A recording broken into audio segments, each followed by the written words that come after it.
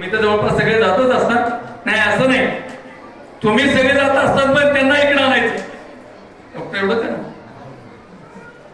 महाराज इथं आले पाहिजे, आपण सगळेजण एक दिवस सगळे एखादा एकादशी वगैरे असं एखादा कार्यक्रम ठेवा, जे गडावर असतोय एक 100-200 मोटरसायकली, महिला सगळ्या माता भगिनी सगळे जाऊ.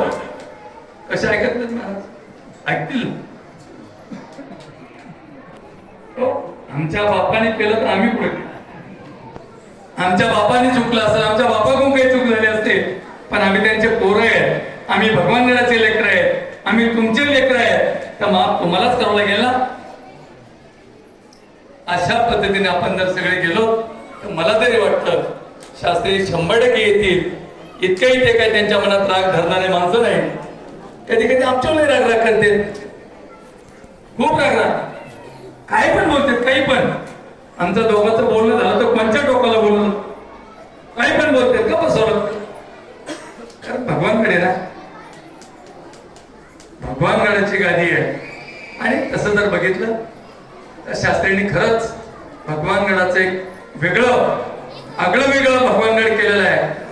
त्यामुळं मी एकच वडगाव असलेल्या वडगावकरांच्या सर्व माझ्या माता भगिनी असतील, सगळे पुरुष मंडळी असतील, त्यांना मनापासून शुभेच्छा देतो. आणि येणाऱ्या काळामध्ये ज्या पद्धतीने उपोषणला एकजूट दाखवली तशीच